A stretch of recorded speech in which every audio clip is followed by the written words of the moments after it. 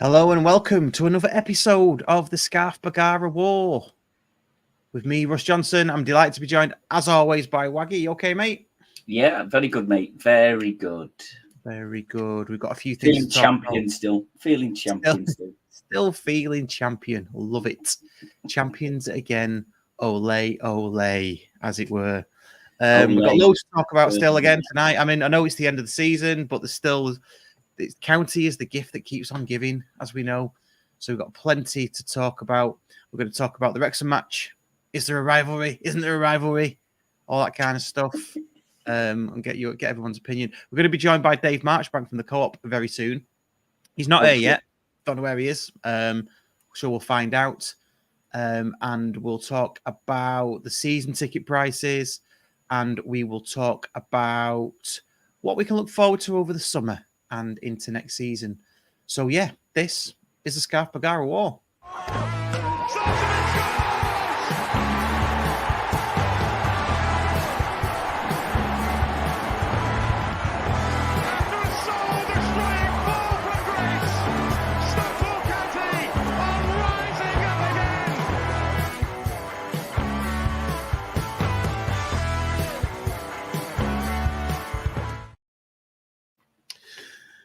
So there we go. Welcome, everybody. All the usual people are online, giving us some good evening comments. JKB, Tom Katanak, I hope I've got that right. Ian Dowden, County 83, Simon Lomas. Simon Lomas, hello, welcome, Simon Lomas. Gazendo, as usual. Martin, the Boonab. And yeah, breaking news. County ladies are 1-0 up in their cup final. Excellent stuff. Why did I think that was on Thursday? No, I knew it was tonight. Yeah, and that is it. They're at Nantwich, I think. I'm not sure they're playing Nantwich, but I'm pretty sure they're at Nantwich. And we'll bring you... I'm sure... I don't need to bring you the latest. Ian Dowden will let us know when, as the podcast goes along on this fine Wednesday evening. Balmy Wednesday evening now, isn't it? I mean, it's bloody quite nice outside, isn't it? Yeah, it's been lovely. It's been lovely all day. I've been out all day. Have you? Doing what? Gardening, washing cars, general chores. Chores. Washing cars, eh? Do you know, they're playing Runcorn Linnets at Nantwich. Cheers, everybody. So they're 2-0 up now, Gazendo says. Yeah, we'll talk about season tickets very shortly. Let's go straight into then the Wrexham match on Saturday. It's just me and Waggy for now. And we're going to get Dave Marchbank on as soon as he arrives. I hope he's not forgotten that he should be on tonight. I did ping him this morning and said, "You okay for tonight?" And he's put a thumbs up. Yep. So that's all right then. Yeah. Hope he's not forgotten. It's 8 o'clock and not some other time on the clock. So yeah, Wrexham on Saturday. What did you think? I mean, let's talk about the day first. We managed to get tickets really late, didn't we? Yeah, I got very late on Friday night. Very late on Friday night, just through a couple of spares that became available. So thanking the ticket lords and the ticket gods for that, that we managed to get all of those. Then we met up, didn't we, in Wrexham after a drive down, spoke Welsh to a copper, and then went to the Maesgwyn, didn't we? Well, I spoke Welsh to a copper. Was you with me then? Was you with... No. You weren't there. You missed my Welsh to the copper, did you? Oh, well... That's just ruined the whole experience now. If only I'd have seen that, it'd have made the day so much better. So we made our way into the Maesgwyn. The Maesgwyn, I think that's how you pronounce it. And that was quite good, wasn't it? That was all right, wasn't it? Yeah, we were pretty much the only Celtic fans in there. And I think, fortunately, we were talking to Tim from Fearless in Devotion. So I think that gave us a hall pass to allow us to be in there. Yeah, I don't know. I did see one or two other county shirts, and when I went to the toilet, actually, obviously full of Wrexham fans, full of Wrexham men going into the men's toilet, as you would expect at a men's toilet, and an old guy came out dressed in blue and white, county scarf, and someone said something to him. It was good natured. They said something to him, and he went, "Well, we're both going up, aren't we? So that's all that matters." And a couple of people went, "Yeah, that's all that matters." And I'm thinking, no, it's not. I was thinking that's all that matters. I wasn't at all thinking, yeah, but we've won the championship and you've not. That's because we were behind enemy lines, so we were just being polite to them. We were just being polite, yes.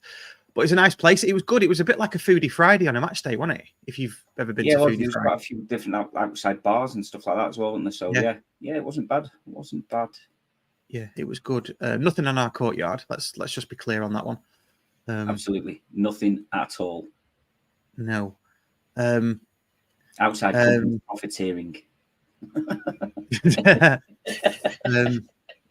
JKB04. John says Dion. Diok. John.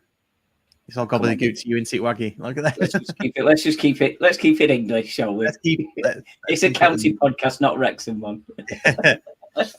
Gazendo said that he went to Plascoch. A few county were in there. That's where we said we were going to meet you first, but we went to the Maesgwyn, didn't we? Yeah, I think that's where we got dropped off.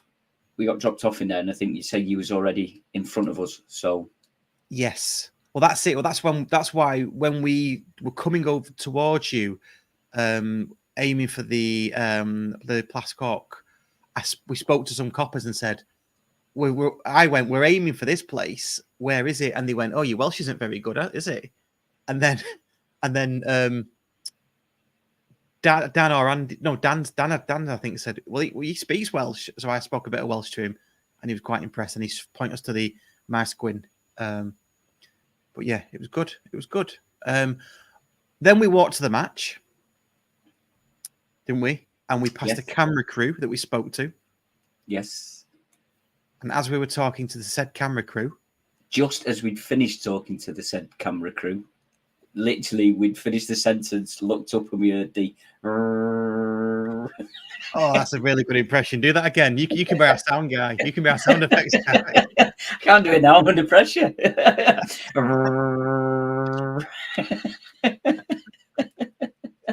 Of course, we looked up to the sky, and there was champions again. Champions again. Ole, ole. So that was good. And the camera people that we were talking to, I know we just about finished, literally ignored us and pointed the camera to the sky, didn't they? Yeah. Which was good. So, yeah. So that was all good stuff. So on to the match then. I know you spoke about it in the Courtyard Club call, which was excellent, by the way. Thanks. Yeah, I'd say it was. We were really, really good in the first half. We should have been 2 or 3-0 up. I think the first 5 minutes they came out the blocks. They had a couple of half chances, didn't they? That were errors from our side. Then we settled in, and I don't think that they could cope with us. I think Dan mentioned it on the club call, is that they weren't pressing us. They weren't pressing us from the front, and that gave us a lot of time to pick out passes and stuff. I think Sars seeing his name in lights, didn't he? After the first goal, I think he should have probably squared it. But we should have definitely been 2 or 3-0 up. I think in that first half, definitely. They started pressing a bit more, trying to play it over the top, didn't they? They caught us quite early on in the second half. Then the momentum was definitely with them. But I think, as I say, I was disappointed we lost, but I wasn't really arsed about losing. Yeah. But, yeah, I mean, Palmer's celebration in front of us, dick.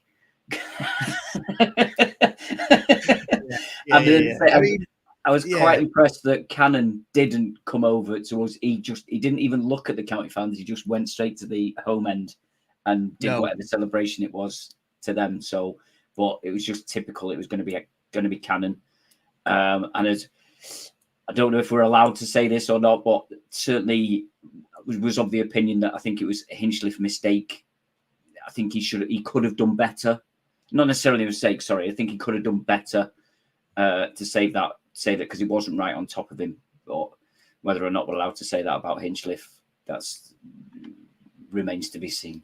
No, I think we'll get to that when we sort of summarise the squad pod, because that's good. The retain list is going to come out soon. Not that we're thinking for 1 minute that Hinchliffe's going to get let go, but we can definitely cover it. We'd be amiss not to. But Palmer from the start, though, even from the Guard of Honour, he made a very what do you call it? It was almost like how do you, someone can think of the word I'm thinking of, but he turned away from the guard of honor as if he was doing something else.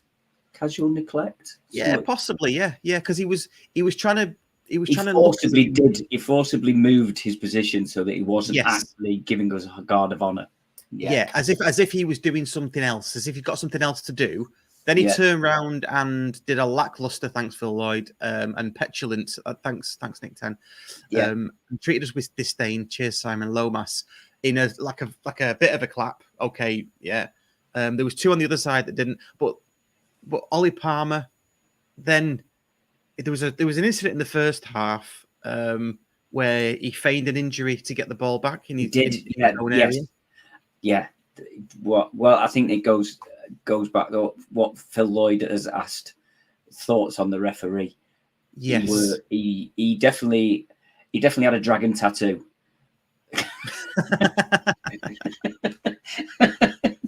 Yeah.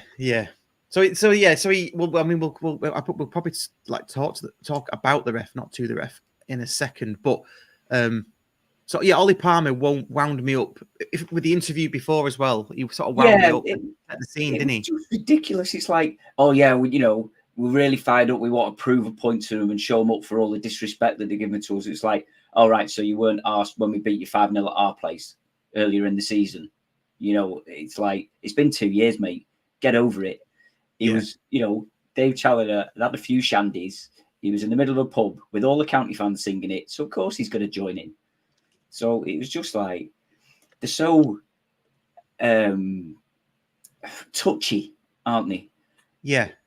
They're suddenly all touchy. They can give it out and call us all the names under the sun. But as soon as we give it back to them a bit, or we've got the manager sings it, there's pictures of Sars at the Albert singing "Fuck you, Wrexham, we've gone and won the league." It's just like, well, so what? If I'm sure, and I think the best responses that I'd seen off a lot of Wrexham fans was, well, if it was the other way around, you wouldn't be seeing us doing it.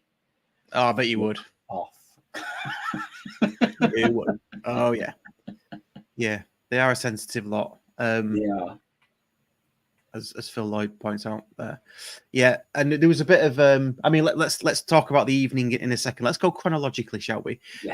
So not in depth. Not if you want to hear it in depth, please listen to the Courtyard Club call, which is available to everybody now because it is on a Wednesday morning. But yeah, so that happened, and I thought we were good value for the money. I was even involved in a bit of shithousery with their with their home fans, wasn't I? Because I was like one step away from them. We were right next to them, weren't we? Yeah, we was right at the end of the away end. Yeah, and I was shouting over to them, do you watch this every week? I mean, is this how you play every week? Because this is embarrassing. There was some passages of play where they just hit it out. Like, if they wasn't under pressure, they just hit the ball out. And I don't think we've done that. We might have done that in a bad spell at Tranmere away, but not in any other match. Basis. You might have 1 or 2 passes. But they did about 3 or 4. They did about 3 or 4 when we went way. So yeah, I was disappointed with them the first half, but then second half, that's when I wouldn't say schooled us or anything like that. They just had a bit more about them, didn't they? They did, but again, Dan sort of mentioned it on the club call, Courtyard Club call, was that it sort of coincided. I mean, they got the early goal in the second half, which obviously that helped them. It put them on a bit more of the front foot. But then it just seemed, it was like when Powell went off, we just seemed to lose a bit more a grip, a bit of control about it, and that allowed Cannon to come into the game, because I don't really think he was in the game that much before. No, for 60 minutes, and then he took over, didn't he, and started bossing it. Yeah, he did. But Barry going off as well was a massive thing. I still don't know why he went off at half time. Was it precaution? I don't know. Well, if you think all the build up to Barry coming back, Challoner has said it's dependent on Villa. So maybe they've put in to say he can only play 45 minutes. You know, whether that's coming on at half time or going off at half time, because the last 3 or 4 games that he's started, he's literally has come off at half time every time, hasn't he? Yeah. So no, you might be right. Yeah, just to nurse him back in, kind of thing. Possibly, yeah. Say if there's not really a lot resting on the game, it's like, we want to give him game time, but we don't want to overwork him because it's coming to the end of the season. So he's got all summer to get himself properly back up to fitness and stuff. Yeah, and I love it that they schooled us in a 6-2 aggregate over 2 games, and it's like it's the last game of the season. We're champions. The only thing that they sort of were playing for was second place, wasn't it? Yeah, but they schooled us. I'm like, well, if we'd have actually been serious, if we'd have properly really had our foot on the gas and not been on the piss till Wednesday, then it would have been totally different. Totally different. Absolutely. Cy Lomas then says, this is a good one. What they don't realise is we probably had 6 of our best 11 out and Barry playing at 50%. They were full strength. Our patterns of play so much better than theirs, but they do carry a threat. Yeah, they do. I mean, they're not, they got obviously second for nothing, are they? They do carry a massive, massive threat, and they do play a particular way that's effective as well. You can't knock that. This Parky ball. I was quite surprised at how they played in some of the in the triangles to get the second goal. Okay, it's okay. Let's talk about Hinchliffe separately, but they did do some nice stuff, but nothing compared to what we were doing in the first half. Yeah, but again, you think it was because it was Cannon that ran off Rico Richards, wasn't it? So again, you think if it had been Powell that had been doing there or Sars in that position, would it, he sort of he didn't quite click what was happening. He didn't go with him, did he? But as you say, there's no. I'm not saying that it's a mistake or anything. It's just that's just your football knowledge, isn't it? You say again, he's only a young lad, so I'm not gonna start calling him for that. It's just that's the way it was, and the ball went through to him, went through to Cannon, and it was a good finish. It was a good finish. I mean, he hit it well. He hit it well, didn't he? He hit it well. Yes.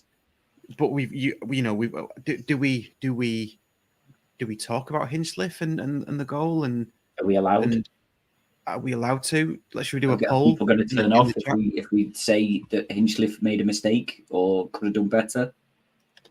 Yeah, I mean, from the goalkeepers' union, he's probably disappointed with it himself. Let's just say that, because it wasn't. I don't think it went through a crowd of players. If I'm right, I stood right behind it, and it was a foot, maybe a foot and a half to his right. So I think he would be disappointed in that. I can only think that the speed of the shot caught him out. It was hard. It was a hard shot. So it was a well struck shot. It's got to save it from that angle. So So Ian Dowden says if we do mention it, we get banned. We're all banned. I think that's that's what. Well, you've not been on X recently, have you? Someone said that.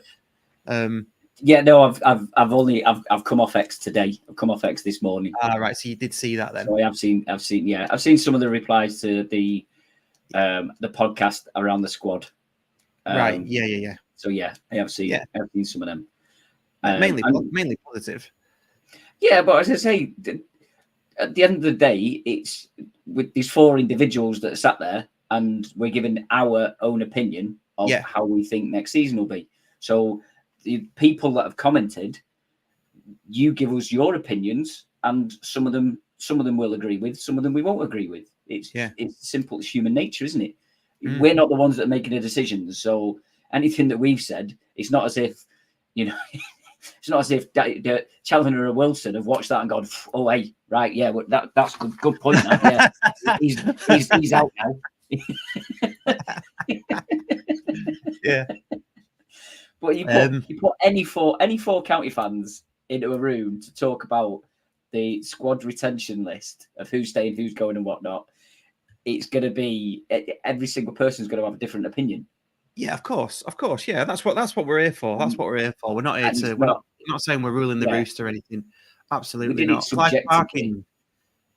Belated congratulations, fellas. Cheers, Clive. Congratulations to you as well. Yeah, congratulations to you. Did Clive go to the parade and see them with the pub ashtray, displaying the pub ashtray that they'd won? I'm sure he'll reply in the comments if he's still watching. Expecting Donny to join us. Yeah, well, I think the smart money's in there. It's Donny with the run that they've been on, the momentum and everything. I'd have said 3 or 4 weeks ago, I'd have probably said Crawley because they were on a similar sort of run, but they've had a few blips, haven't they? So yeah, it'd be interesting to see, and interesting to see who comes down from the Championship. Because there's still 4 teams that can possibly come down, isn't there? So Huddersfield and Rotherham are down mathematically. Huddersfield are as good as down, aren't they? Yes. Then there's Birmingham on 47, Birmingham. Plymouth on 48, Sheff Wednesday on 50, Blackburn on 50. Right, so there's 1 of 4 can go down. Yeah, that can join them. If Birmingham win and Blackburn get beat because they're both on minus 16 goal difference, then it'll be Blackburn that go down and Birmingham stay up. But yeah, it's Blackburn are away at Leicester, so maybe they've turned up on the beach. They've gone to the beach because they won the champion. Yeah. They won the league, didn't they? They won the league. Yesterday? Yeah. Monday. Yeah. Beat Preston, didn't they? No, Monday night they beat Preston. Ipswich beat Coventry last night 2-1. So yeah, all to play for. Well, we could talk about that. Do we know the fixtures? Can you get the fixtures up while I? Blackburn are away at Leicester.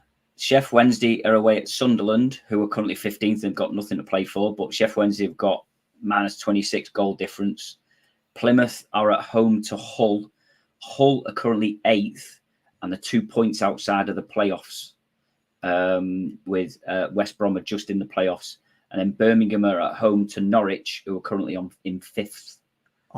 They've guaranteed playoffs, haven't they? Norwich. So there's a very slim chance. There's got to be something like a 9-goal swing if they get beat, and if just say Hull win. So right. It's they need to guarantee playoffs with at least a point mathematically. Yeah. So it's So who does everybody want? Who does everybody want? Ooh. Put in your comments. Who do you want to come down? So we've got Rotherham and Huddersfield already. Pretty nice ones. Yorkshire. We've got some big ones potentially next season, I think, as well. We have anyway. Exeter. I think for me personally, I'd have any of them apart from Plymouth because that's a massive long away day. Yeah. I went to Sheff Wednesday last year, but it was League Cup first round, wasn't it? So yeah, it's not the full-on Hillsborough atmosphere experience. Yeah, I'd like to see that. Blackburn, that's fairly local. We get a decent following going to them. That'd be a good one. And Birmingham as well. You know, Birmingham are a big side. So it's any of those 3. Yeah, I mean, the comments are the same. So Blackburn would be ace. Birmingham, Huddersfield, Rotherham. Blackburn would be a direct train journey. Right, Dave's in the background. Should we get him out? Let's get him out. So, welcome to the podcast, Dave Marchbank of the Stockport County Supporters Cooperative. Running Armstrong, played in the game, and a superb goal, and it's Connolly who scored it. Good evening, Dave. Sorry about the apologies for the wait alive. Well, I'm still getting over the celebrating, so we'll let you off. We thought you were still driving back. What a fantastic day, wasn't it? Sunday. Did you go to the? What a great day! Absolutely marvelous. Yeah, the parade was absolutely superb. It was. I wasn't gonna stay for them getting all the players out onto the pitch, but I'm glad I did because there was some absolutely class entrances from the players. It was. I got up Sunday morning, and obviously the weather was terrible, bouncing down, and I thought, oh no, but it actually brightened up quite nicely, didn't it? And there was a huge amount of people there, which was just it was just the noise was incredible, and all the flares. It was like, whoa, this is just amazing. But yeah, it's superb. So pleased. Yeah, I think Hatters 83 did well with carrying swinging the flags all the way up in front of the bus, and the drummers. I think they did a good job of keeping that going. Absolutely, it was incredible. Well, it was a very fitting way to the end of the season, I must admit. Shame we got beat by Wrexham, but I think most county fans will soon have put that to bed, won't they, when you consider. Yeah, we've been talking about it. We basically said, disappointed to lose, but not arsed. No, got over it very, very quickly. Absolutely, it was a wonderful season. Yeah. Well, you say not asked. I mean, I spent most of my Saturday evening bouncing back Twitter accounts on Wrexham Twitter accounts on the old X in the evening. Just absolute nightmare. A lot of them. Fortunately, my phone died, so I just stayed in Liverpool and had a few beers, and then I came home forgetting that Everton were on the late kickoff. So literally, I got in the taxi from Liverpool City Centre to come back at whatever it was, 8 o'clock or whatever. And the taxi driver went, "I can't get you to your house, mate." I'm like, "What do you mean?" I'm like, "You're a taxi." And he went, "No, all the roads are closed because Everton are finishing shortly." And literally, he dropped me off on the main road, which is like about quarter of a mile from my house, as Everton had 5 minutes beforehand kicked everybody out. So I just had a wave of Everton fans. So I was just like, right. Took my coat off and my county training top on, and just waltzed through the middle of them all. Fantastic. I was talking to somebody I work with, and they were saying that they're from Macclesfield and they came up to Stockport for something, didn't realise about the parade, and basically they were in the traffic as they were stopping it, and he sort of said, "Well, I'm just window down," and said, "Go on, let me through." So he said, "Right, you're the last one," and he managed to sneak through. So had a bit of a lucky escape. He said he couldn't believe the amount of people that were there. I said, "Oh, it was a huge amount of people." But yeah, it's like you say, it must be a bit of a nightmare if you're stuck in the traffic and you're seeing you don't often see the A6 closed, do you? For no. So am I right in thinking as well? Looking at the pictures, because I'll be honest with everybody, I couldn't go to the parade on Sunday. Right, I couldn't, because I was laid up with an ailment, and I couldn't get off the floor. Anyway, that's by the by. Some hangover that. It wasn't a hangover. It wasn't a hangover, mate. And it takes a lot for me not to go to that. But anyway, the pictures, there was loads more there than there was for 96, 97, 2007, 2008, 2019, 2022. Am I right in saying that? There was just like loads more. It seemed that way. I mean, it's one of those things, it's perhaps difficult to prove, but when, I went to the other ones, it certainly, I mean, and I suppose if you actually look at, previous ones, certainly the last couple, obviously when we were coming up from non-league, with the crowds were decent by the non-league standard, but they're not like at the capacity gates that we've been getting recently. And it sort of feels to me like there's just a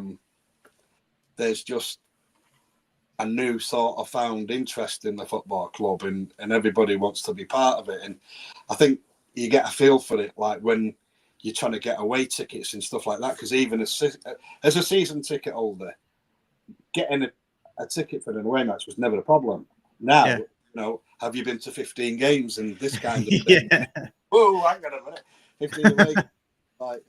Well, actually, funny story was, obviously one of the games I went to was Nottingham. I went for a couple of days and then it got called off. But because I was meeting some friends there, they bought the tickets so we could all be sat together.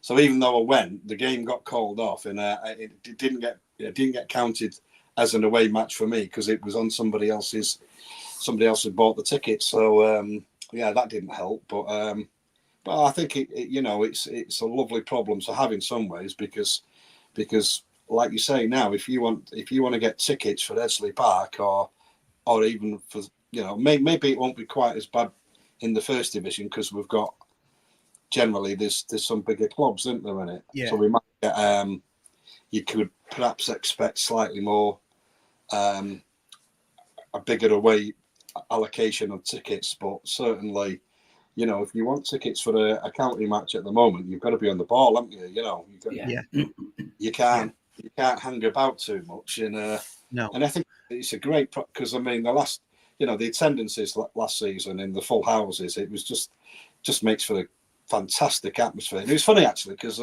Wiggy was saying about when one of my mates, he had some friends, he's got some friends that he used to work with, he's retired now. And one of them's a Liverpool fan, and he came over from Liverpool. And after we met him before the game and had a few pints with him, and then we met him after the game in the pub, and he says, "I couldn't believe the atmosphere." He said the atmosphere was electric, and you know, he's raving about it. He said, "Right, well, I said come back next season." I said, "I'm definitely coming back."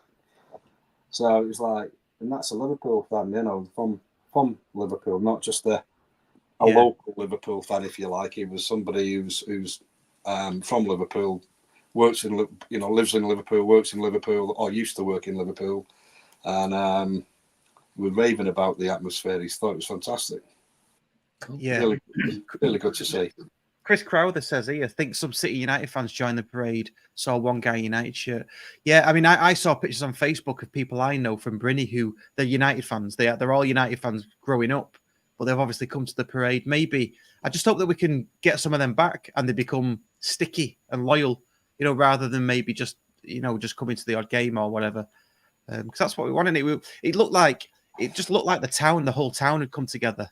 From the picture. Well, that's the way it felt to me, and certainly, you know, I got there quite early, and it was just to see everybody coming out and sharing the what was a fantastic occasion. It has to be said, and all, you know, on the bus they had all the DJ and the music and everything, and it just made for an absolute the buzz was incredible. It really was. It was special. Of course, obviously nowadays, you know, like inside the ground, you're not allowed the smoke bombs and flares, but there was the air was blue. You thought around it and think, "Oh, the hell, this bloke over there looks like a Smurf," because his hair was black. Do you know what though? On the pictures, official or otherwise, it all looked a bit purple to me. Either I'm going colourblind, or there's like a purple tinge and not the blue that we see on the pictures. I don't know. Maybe I've not seen those photographs, but certainly on the day, everything blue. Really blue. Yeah, definitely blue. Yeah, very vivid blue. It was terrific. It was excellent. Ian Dowden says that according to the police, it was 16 to 20,000 there. Wow. Yeah, and it felt like that kind of, but it's always different. You know, I kind of, when you're in Edgeley Park and you've got a rough idea of what the stands are, so you can usually predict within a reasonable. But when there's something like the parade, it's so difficult to actually estimate it but there was a lot of people about. There's huge amount. I think it was the pictures when the bus had pulled up, like directly in front of the ground, and you seen them take picture all the way down. So it was all the way back to the end of the road. It was just chocker full of people, and then they took a picture the other way, wasn't it? And it went all the way past the car park and stuff. It was literally packed from the town hall to Edgeley Park. Now, fair enough, I would say that, you know, obviously some people were like going ahead and taking the shortcuts to try and. So there's some people, you know, would be at one point at a certain point in the progression, and certainly further on they'll be there again. But there was huge crowds, and it was a fitting way end to the season, and you know, it just feels great being back in, you know, Division 1 next season. And like you said, you was talking about before, I'm hoping Sheff Wednesday come down because Sheffield's a great city, and they're a big club. Let's be honest about it. Massive and that club. You know, that's what you want in it, when you want the rewards for getting in the division to play the bigger clubs. But like you say, even if Blackburn were to come down, you know, be a big game for us, and some really tasty games to look forward to. And I think the obviously with the club's ambition and the fact that we're looking at redeveloping Edgley Park as well. I mean, I think it'd be great once we get to a situation where if the railway end's redeveloped and we can get 10,000 plus of our own supporters in, that's quite an important milestone, I think, when you're looking at gates, isn't it? And there's no reason we can't do that and certainly start getting gates 12, 13, 14,000 or whatever it's going to be when the railway end's redeveloped. The only thing with that side that sort of worries me is if we have a bit of a something that we've not had for basically 4 or 5 years is an average season. You know what I mean? Yeah. You look at Leyton Orient, Northampton, and Shrewsbury. Stevenage. You know, they all Stevenage finished 9th, Orient finished 11th, and Northampton finished 14th in the end. If we sort of around that sort of mid park, which is I think where we want to be, where we should be, as I say, consolidate and then start building on it again. Whether or not we'll start losing some of these day trippers if we're, winning one game, losing a game, that type of thing. If we start, I think it's a fair point. But having said that, like you say, the other side of the coin is we've got some bigger clubs that people will turn out for. So if we're playing Bolton, I think regardless of where County are in the division, Edgley Park's going to be full. They're not going to now, like you say, perhaps for some of the other games, there are clubs in the first division that aren't huge, and that's a possibility. But it just feels like at the moment, everything feels right, doesn't it, to me? Yeah. Mm. Did you? Yeah. Have you? I mean, I do apologise again for being, popping on a little bit late, but so I did miss some of the. Did you see the announcements regarding the season tickets? So before we jump onto we're going to talk about that next. So you're right. You're in the right ballpark there. We've covered Wrexham, then we did about fixtures and things. So let's do the season tickets next. Before we do that, can everybody like and subscribe if you haven't already? I've got to get that in just to get the numbers up. So please do that. We're on 11 likes at the minute. And if you're listening to us on an audio podcast, please do rate and review, especially on Apple and Spotify. That would be great. I think the ladies are 4-0 up now, by the way. Wow. Against Runcorn at Nantwich. Not had any more things come through for that. Just one final thing before we do get onto season tickets, and I know we covered it briefly when we were talking about Wrexham, but thoughts on the ref against Wrexham? Just a couple of sentences. He should have been wearing red. He was very, very influenced by the home crowd, wasn't he? It seemed that way. Yeah, at first, I think he let quite a bit go because there was a few times with Pye and Horsfall and Mullen were sort of manhandling each other, and he just sort of let it go, and you think, all right, okay, it's going to be that type of game, and then all of a sudden he started giving free kicks to Mullen and silly little things like the Paddy Madden yellow card in the second half when he basically the ball was going out and he's just sort of come to the player and stuff like that, whether he's just giving him a little nudge, but it wasn't a yellow card. And it just seemed some of the decisions weren't, it just seemed to be very heavily influenced by the home crowd. Yeah, there was definitely a couple of occasions where there was a coming together, and I had my blue tinted glasses on or something, but I was thinking, all right, it's blown. That's a free kick for us. It's got to be based on what I've just seen. And then he'd go, that Wrexham's way, and you're like, what? But then, as we sort of mentioned before, the Ollie Palmer where he faked an injury, and and he gave them the ball. Yeah, he's like, well, no, surely it should be ours. It was. I thought because I thought that we had possession at that time when he went down and the referee pulled it back. Well, then he gave them back. The ball. So no, I don't think he was very good. But I think it was Dan saying that he's refereed quite a few championship games this year.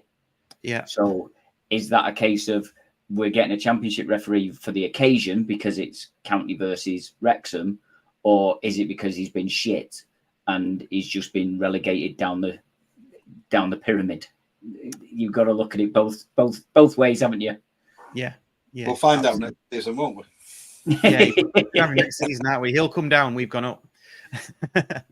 Now he'll be repping us for the first game away at Wrexham. Yeah.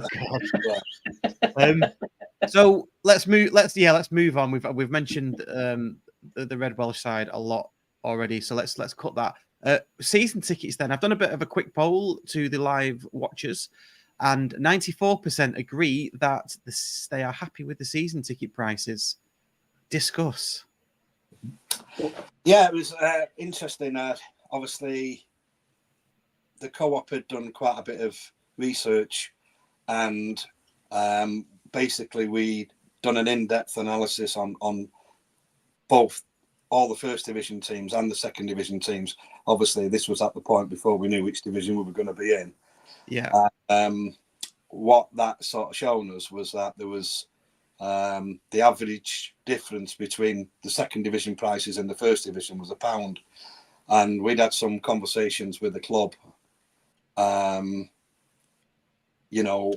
asking them to take into account the economic situation and just be mindful that, because I think, Raggy, you touched on it before. So for me, it's the we've got the momentum. There's a massive interest in county. Let's keep it going.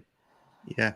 And, just the research when you're saying it was only, sorry to interrupt, your research when you say it's only like £1 extra, is that for the lowest price tickets you can buy, like lowest price season ticket, or is that an average for the club? No, it was £1. It was £1 dearer for the first division game on average than it was. Right. Okay.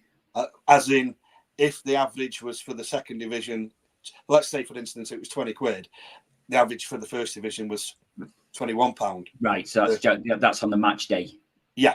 Right. Yeah. Right. I get you. So obviously we had the conversations and asked them to, be mindful. And I think they contacted us yesterday, spoke to Tom Mahan, and we discussed what had been proposed. And to me, that felt like it was within what we was hoping we thought that was equitable and reasonable. And, I think they've listened, and obviously we all have to acknowledge that, we want to have a competitive budget in the first division, and we think that this is a fair way of going about it. The rises, I don't think they should put too many people off, and we have to accept that we're playing in a higher division. Yeah. And actually, I think in the grand scheme of things, considering that, there's a cost of living rise, and then we're playing in a higher division, I think they've got it pretty much right. And yeah. I think the majority of supporters will acknowledge that it's not an easy balancing act, and obviously we've got some very ambitious plans for Edgeley Park and the redevelopment of it, and I think it's credit to the club. They've always, when we've had meetings with them, they've always they've never mentioned anything about potentially looking at other options away from Edgeley Park, and that was, for me, that was credit to them, because I think the vast majority of supporters think Edgeley Park is very, very special, and it's not just us that think that. Some of the other supporters from other clubs think that as well when they come to visit. I actually had a guy come over from America who's writing a book on football, and he actually came over on the Easter bank holiday weekend, and he went to see one of the Scottish games. He went to Arbroath in Scotland. Then on the Friday, he went down and watched County at Forest Green. He went to City on the Sunday, and then he came to the Wimbledon match, and I met the guy beforehand and went for a drink with him afterwards. And I've been in touch with him ever since, and he's going to be doing an article on Stockport in his book, and he's actually said that he wants to come back. So it's, we're making impacts with people that, it's good to make impacts on, and certainly this guy he's apparently, from what he was saying, was like, you know, the situation in American football is different, and they don't have relegation and things. So he's realised that actually promotion and relegation and he's seen clubs like Luton who have actually fallen out of the league, and then they've managed to come back, and not only come back but get back into the top flight. It's quite inspirational what they've actually achieved, and you know they're probably a club in a similar size of ourselves in some respects, and you look at what they've done. So he wants to write a book. He's actually writing the book about that. But come the summertime, the chapter that obviously I'm interested in is what he's going to write about County. And as I say, he enjoyed it that much. He's already talking about coming back next season. Nice. So yeah, I mean, we are making friends in different places. So we, as a podcast, we've been contacted by Svenska Fans, which is Sweden's leading football website for articles, and they haven't got a Stockport. They haven't got a county correspondent until now. So a chap has taken it on and contacted us to say, can we talk on a regular basis to do articles for this Swedish football website, which is fantastic in it as well. So yeah, absolutely, it's really putting us on the map, isn't it? And you know, not because things are being done right, and I think everybody approves of the way the clubs, you know, the efforts that the club are making. And as I say, I think they've hopefully got the pricing right, and I think Edgley Park will be full to the rafters next season. And hopefully, I totally get what you say, Waggy, and I'm not, you know, I don't want to come over as being, you know, there's nothing to worry about. We're going to get massive gates all season, but there's, you know, we've got a good team. If we recruit right and get one or two players, you know, we hopefully will hold our own in the division and give a good account of ourselves. I think so. I wasn't being pessimistic. I'm just wondering whether or not that would be the case. But I mean, from my point of view, I think most county fans would be very happy with finishing 10th. Well, even, you know, finishing 17th or whatever, 20th or whatever, to stay in the league. But I think that when you listen to Challoner and you listen to the staff and people like that, they're looking to be pushing for the playoffs. You know, they're looking to be there or thereabouts for that. And then I think it was the same last season, was that I'd have been happy finishing mid-table, but then as the season grew and it became more obvious that we were pushing for playoffs and we had that slim chance of automatics and stuff, then, you know, suddenly you start building your hopes up and getting, you know, higher and higher with your hopes. So hopefully that'll be the way, is that every county fan is looking maybe pessimistically, saying, you know, 10th to 12th is where we want to finish, but if we're actually pushing for 7th, then you'd be right up for it. Yeah, it's tempering the expectation, and I totally get that. But you know, on the flip side, we've seen, you know, I look at it and think, well, actually, this season we've had two players that have scored 20 goals, Tanto and Paddy, and you've got two players who can score that amount of goals. You know, it's giving you a good foothold in any game, innit? You know, like, and I think for me the exciting thing is like, I thought when Tanto came, you could see, I mean, he's always had this electric pace, but sometimes his finishing wasn't there, was it? You know, Whereas this season, when Tanto had a chance, you're thinking he's going to score. And and he'll only get better as well, won't he? Yeah. Well, this is my point. You know, Tanto's still quite a young player. He's had a great season. He's improved dramatically, and I don't see any reason why that can't continue. You know, if you've got the pace, you've got the pace, and that frightens defenders. You know, once they know that somebody has got that electric pace, it's like, oh, hang on a minute, I've got to be careful here. And but yeah, he's improved, and I think he can. You know, with the right support and coaching, he can carry on continuing to improve. And you know, so you look at the back, you know, with Fraser and Ben at the back behind him. You know, really, I thought really good seasons for both of them. And obviously, Ben won not only the supporters player of the season, but also the players player of the season. And I think that's sort of, what an accolade that is for and he got the Golden Glove as well. Absolutely. I mean, tremendous season. And again, so you've got goals at one end, and then you're not conceding a huge amount at the other end. And I think the other thing that was evident this season was the size of the squad, because and I think it was needed, because obviously, I suppose injuries are part and parcel of the game, but the amount of injuries we had to key players, and not just injuries that kept people out for sometimes 1 or 2 weeks, but for, serious. I mean, to have a player stretched off and taken straight to hospital twice in one season, just mind-blowing. But, fortunately, we had the strength of the squad to keep going and find ways to win.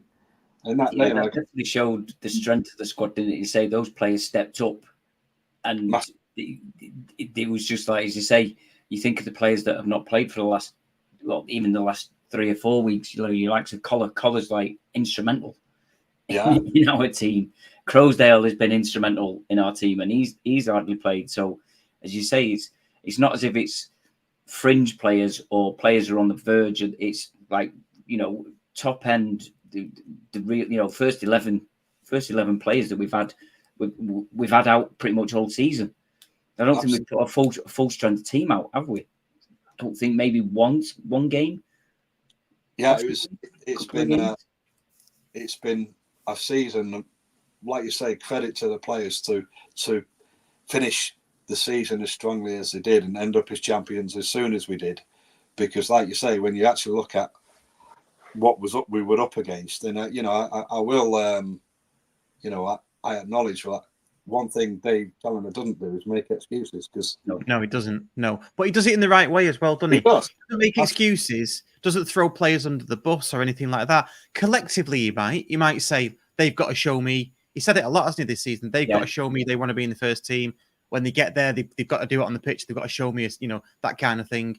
But he never names and shames people, does he? I don't think. He might have done it maybe one. I don't remember it, but I think he did it. I think he did it Tranmere, didn't he? Did it after Tranmere? Tranmere was a bad day at the office, wasn't it? It was a very bad day at the office, and he didn't necessarily say a specific name, right? But collectively, he alluded to something. He singled out Bennett, didn't he?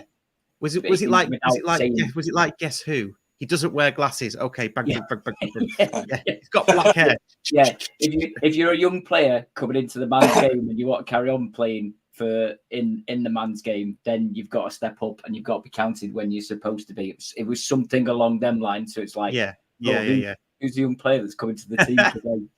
It's like when you do an anonymous survey, isn't it? I think the other thing that is the amount that, for me, Dave Challoner's developed this season. Yeah. Because the biggest criticism, and I think a lot of people had this last year, was that we only had plan A. We didn't have a plan B, plan C. We didn't know how to change it. When Wharton got injured, it was like, oh, what do we do now? Yeah. We can. But you look at the beginning of this season, when Wharton came back, it was like, well, how do we play with Wharton now, rather than how do we play without him? And we always seem to have, the amount of times on the Courtyard Club call, it's just like, well, FOTMob says we're starting with a 3-5-2, but was we actually starting 3-5-2? Well, no, it looked like we had 4 at the back and we were doing this. And it's just like the amount that you can see him changing the personnel or changing the personnel on the pitch in different positions just to counteract how the team's playing against us. Well, this is where real life doesn't imitate art, because people probably play FIFA, don't they? And they play Football Manager. They might have even, unless you've actually coached or played the game to a high level, you probably don't know. But people say, "Oh, we're playing a 3-5-2 today, or a 4-3-3, or whatever." I interviewed Charlie a couple of years ago at the King's Tap, and I'm pretty sure he said then, and it's recorded. You can watch the video. Yeah, well, it's different because as soon as you start the game, people wander, people need to be moved left and right. You're in possession, you're out of possession, you're in transition. It's never like a 4-3-3. It's always developing as the game goes on and things like that. I mean, I know generally speaking there are formations and shapes and things, but I don't think it's just pretty much said that. He's not got a favoured formation. He said that, I remember at the King's Tower. He said it's not a case of having a favoured formation or how we want to play. It's you've got to play with the ball and without the ball. And I think we've seen that a lot this season, as you say. I think you've seen, certainly with Lemon Evans playing right wing back, is that when we've got the ball, he's a right winger. And then, the likes of, say, Noel, Horse, Pye and Torre come across as a back four and he's away. And then if Torre's going, then they slot round the other way. And then if we're defending, he drops back in. So, I think the development of talent has been a really good point. Because, like you say, it's not just about it's about having that seamless transition of if one of our players is moving forward, like Evans. And I thought when Evans came back from Wimbledon, I think he was absolutely fantastic. Yeah, he's been brilliant. Good scorer, like you say, very, very flexible. But it's that seamless transition because one player's going forward and somebody else is covering them at the back because sometimes you lose the ball and all of a sudden, but we're not like found wanting in defence when those happens. And that doesn't just happen. It's players understanding what the roles are and what they've got to do and where they've got to be. And I think you're right. I think Dave Challen deserves a huge amount of credit for that because he's proved it, hasn't he? You only have to look at where we are in fantastic effort. Yeah, absolutely. Look, we're pushing on for time here. Before we get on to getting reses, do you want to, Dave, just going to give us a quick update on anything from the supporters co-op that's on your mind? Yes, there's a couple of things. Obviously, one of the big things we want to do is try and get some more people involved at the board level.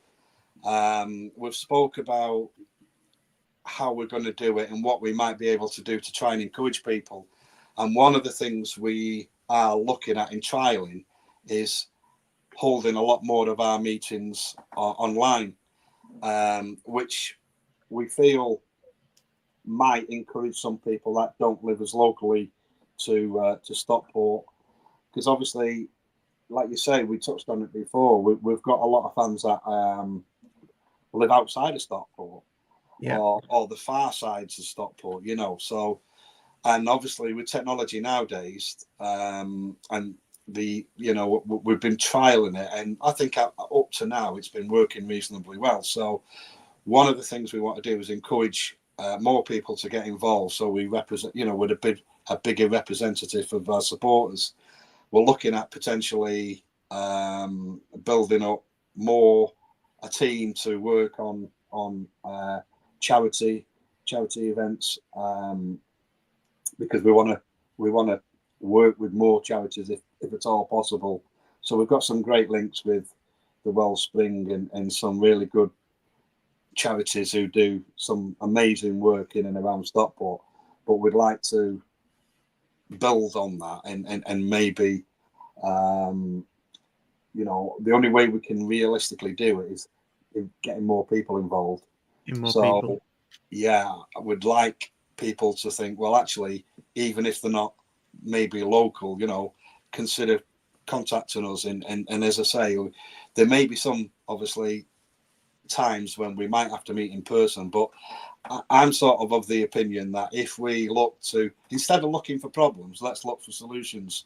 If we have to have meetings, it might be that we can work around that and we can maybe look at holding a meeting, not just in Stockport, but somewhere else if it works for somebody individually, and we'll look to work around all the potential issues. So I'd say if you want to be involved, you got some ideas, get in touch. To us. Good stuff. Now, right. Just the other things I wanted to touch on, obviously, we're pushing hard to get some events organised. There's been one or two things in the background that haven't been helping. Was hoping to, one of the things, there was, I want to be careful what I say, but we're looking at trying to get our next manager an event with Jim. That's something that Jim indicated he'd be interested in doing. So I think he's sort of, his position was, can we get the season out of the way and then we'll discuss it. So once we get information about that, we'll be looking at clarifying some events, and obviously we'll work with you, Russ, on that and give everybody a chance to come to some of our events. We're also looking at a couple of things like putting some reruns together of some of our old games of when we got promotion previously. Scunthorpe game is one that springs to mind.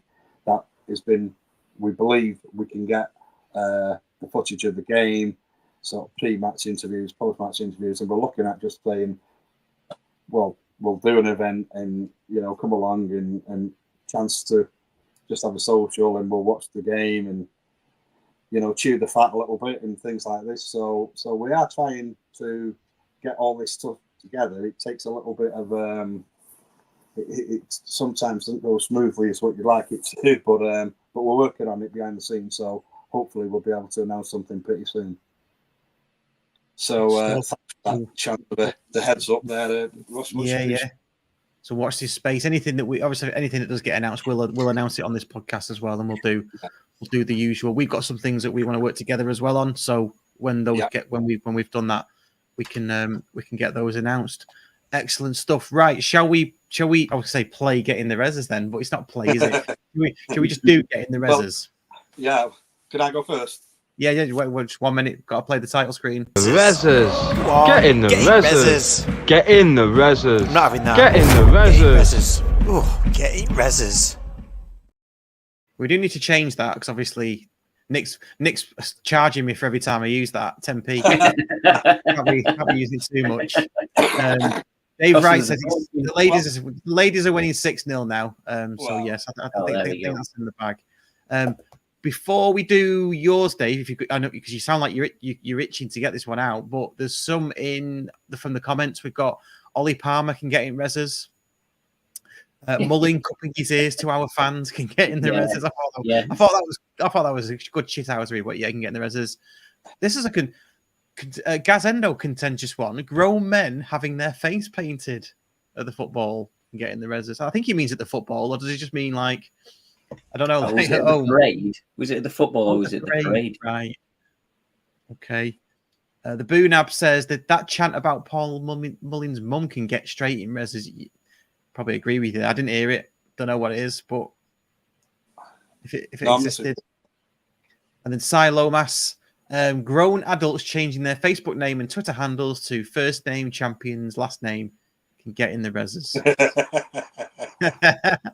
So Dave, go on. What's yours, mate? Well, it's an obvious one, but the ref at Wrexham. I mean, come on, get in the Reses. Yeah. I don't think you're going to get any kickback from that. No, definitely not. No, definitely not. That's what I did say. It was a one, but yeah, he did have a great game, did he? And like you say, it was some of the decisions were like you summed it up really well. Like you say, when he blows, you're thinking, oh, well, at least we've got the foul, and then he gives it the other way, and think, well, yeah.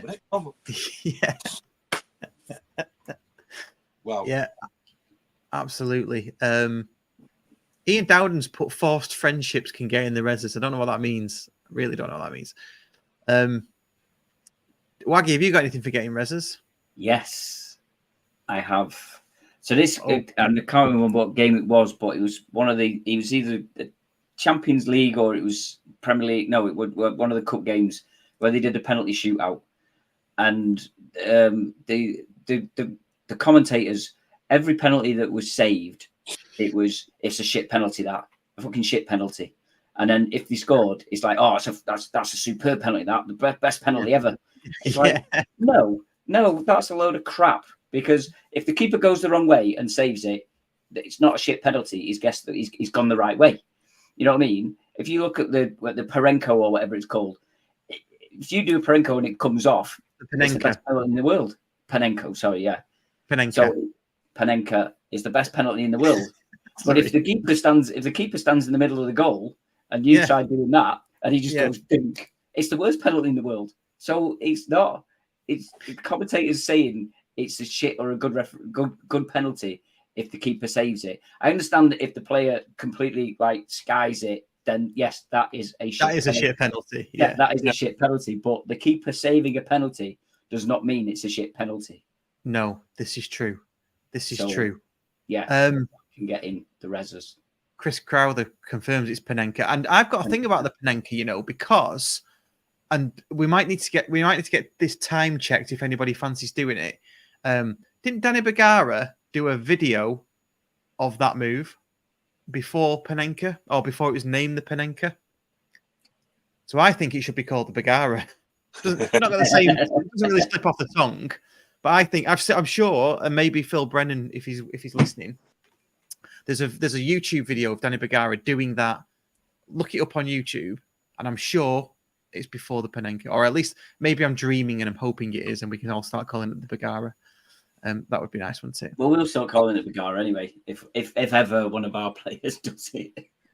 Yeah. It would have been just before or just after he was telling a player to be a half and halfy. So somewhere around there. No, yeah, fair enough. Yeah. I agree with that. Commentators comes up a lot on getting reses, doesn't it? Because they come out with absolute waffle, don't they? Well, like you say, I think the thing about pens is, like you say, sometimes the keepers don't get any credit yet. The onus, you kind of think the advantage is with the striker. You would have thought. Definitely. The keeper, make a save. Sometimes they'll say, it's a bad penalty. Well, actually, sometimes the keeper deserves credit, doesn't he? Because, sometimes they dive full length and get, like you say, if they guess right, it's not an easy thing to do. But, they can deserve credit. I totally agree with you. A bad penalty miss for me is when you don't get it on target. But, even then, it's easy to be critical, but there's a lot of pressure, and everyone's human, aren't they? Yeah. But good players miss penalties, and Louis Berry had a penalty, it didn't go in, but doesn't make him a bad player, does it? I think we'd all be delighted if Louis we can get Louis back on loan again next season. So I thought it was great seeing him back after his injury, and I thought after in a couple of the games, he started showing glimpses of what we saw and what we loved and why he was so. Oh yeah. He scared the shit out of him. So highly rated. Yeah. And that was really. Yeah, I've been corrected, and I've been rightly corrected, as I do a lot on this show. I must come out with some right shit, and then people must be going, "That's wrong." Honestly, over the years, whatever I've said, I apologise. It's what? That's why you go through co-hosts. Yeah. Ian Dowden and Dave Wright both said it's the Rabona, not the Panenka. The Panenka's the little chip, isn't it? From the penalty spot. Ah, right. Okay. The Rabona is what Bergara called the cross leg shot. So that's where you do it your opposite foot. I can't demonstrate it. It's an audio podcast as well, so it wouldn't be. But look up the Bergara video. Go on. We want to see you upon your arse, Ross. Come on. It wouldn't be good for the audio listeners. Otherwise, I would do it. Honestly, I would. But anyway, yeah. Look for the Danny Bergara cross-legged shot. It's a really good video. Actually, he explains it. Right, my getting the reses is. It agrees with Martin Elameter, actually. Generally, this isn't for Wrexham fans, but they're just the latest that have done it, and it's this culture on Twitter or X of having no picture, arguing a lot with accounts like our podcast account, not really having a basis for your argument, and then just saying something random like, I don't know, what did they say? Cry more, or they do the fish emoji, and all that kind of stuff. And I think that all that can get in the reses, because if you're not going to have a proper conversation about it and you're just going to go cry more, getting I've seen quite a few as well that have started it with saying I'm not looking for a bite, but I'm going to say what I'm going to say anyway to get a bite. Yeah. All that can get in the reses. I mean, definitely. I had somebody on the hook, or they had me on the hook, whichever way you look at it, on Saturday night, and it ended with them not saying. Well, the last thing they said was, "You've had a mare. You've been bullied all over Twitter," and I just replied, "Grow up, you div. You've been bullied. You've been bullied all over Twitter. Come on, mate." So it's that sort of stuff that can get in the reses for me. It makes you want to turn it off, really, and not get involved in it. That's why I've signed out of Twitter for the next few days, because there's so many times where I was just wanted to reply, and it's just like, no, this is just what they want. It's just what they want. So it's like, what they want. Turn it off, step away. I can enjoy myself without sitting there looking at my screen for 4 hours a day. But to be fair, we do have our own accounts that do that, and we do have our own accounts that do get involved in the arguing back as well. So it's my account. It's not. Yeah, it's not. Yeah. They can all stay out of the reses and battle for county, but all the others can get in the reses. There we go. Super. Right, gents. I think we're just about done. One few things left to say. Cheers to everybody that supported us throughout the year and watched us listen to an audio podcast, especially the patrons. Obviously, you get all that content up front, ad-free, before everybody else. Cheers for that. We are going to carry on through the summer. We might take the odd week off here and there just to get our bearings. But obviously, we're here tonight. We are hopefully going to be back live in the County Arms, me and Waggy, with Dave Conlon. So we can ask him his thoughts about the end of the season and what's going to happen. And we're going to go through and do some England stuff as well, aren't we, Waggy? And get some other guests and things. Yes, hopefully. Yeah, hopefully we'll do some Courtyard Club calls. Still not quite decided on what that's going to be called. If it needs to be called anything else. Yeah, we'll see. We'll see. But yeah, we'll be going pretty much through the summer with county content. I think there's a retained list to talk about next anyway. Who's staying, who's going. We've got to talk about that. There is a podcast out about that, a bonus podcast out where we sat for what was going to be an hour and ended up being an hour and a half discussing who's going to stay, who's getting another new contract, who we should get rid of, etc., etc. And yeah, that has caused some interesting debate. A bit of time, because obviously we've got a lot of players out of contract, and I think the one point I would make is we're looking at players and saying, well, did he deserve a contract, or do you want to keep him? Are you not bothered, or whatever? But sometimes what we don't see is what other players are maybe available. Yeah. That and I look back on certain players and I think we all have our favourite players, and one of my favourite players that I loved at the time, I think, and I still love watching him to this day, was Sam Minion. But when Sam left the club, and then you get Macaulay, and I think most county fans will say, well, he's a better player. And then I think that becomes, this is it's another dimension in when you're talking about who do we keep it? Because that's something. Well, there might be an argument for keeping a player, but if there's another player available who's come down from played at first division or been in the championship, for example, and we, as an example, I'm quite excited to see what Powell does next season. I think he's improved. He's shown at times in games he's got that class and he's got that ability. And I think because let's be fair, I mean, there's some players that have been with the club that have come with a big reputation, and it's took him a while to get. I think Callum Kant falls into that category of being an excellent player, but it's took him a while for us to see the best of him. And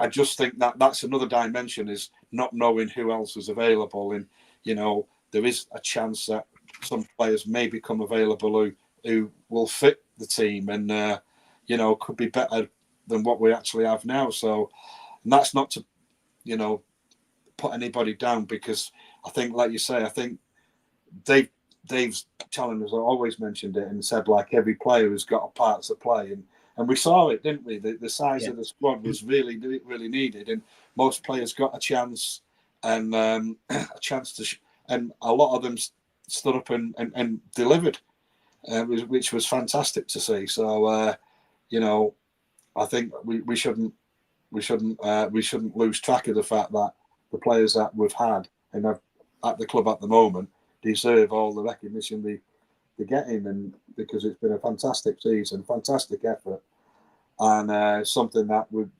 all look back on with pride for many years to come, won't we? To go up as champions is to go up as, I thought, if we can get promoted, even if it's a third, that will be job done. But to go up as champions is like win that trophy was, that's a bit special, isn't it? That. Yeah, I think as fans though, it's we generally think more with our heart, don't we? As you say, it's like absolutely loved Sam Minion, and it was like, he needs to be given a chance. We can't get rid of him. But then, as you say, that next player comes in. So I think more as a fans, we tend to think with our hearts, whereas Simon Wilson and Challoner will be thinking with their heads, and they'll be looking. Yeah, I think that's a fair point. Because obviously, there was things that you look for in players, and I think the thing was with Sam was you could tell that every time he went out, he'd never give less than 100%, and that's something you can relate to, isn't it? It's like that lad goes out there and he gives his all, but that isn't to say that there weren't better players out there. And when he left, he ended up at Buxton or wherever he went, and the best of luck, because I think I look back very fondly on him, because the battles he got into, he was always 100% committed. But it is something that, we don't always see. And like you say, there is an element of what that makes it the difficult part, because like you say, these players that we've had this season have done a really good job for us, and we should always be, respectful of that, because they've come in and done the business, and, that's what they were brought in to do, and they've delivered, which is exactly what we wanted. So something they can be proud of, and we can be proud of as well. They were excellent to watch this season, County, and it's down to the players and Dave for organising them. Yeah, well said, and good place to finish after that. So cheers to everybody. Cheers, Dave. Cheers, Waggy. We'll be back next week, and I've just heard or just seen that the ladies are 9-0 up now. So I think that cup's in the bag there. No, how many minutes of injury time? Superb stuff. Good stuff. Right, cheers everybody. See you later. Cheers. Thank you. Bye bye.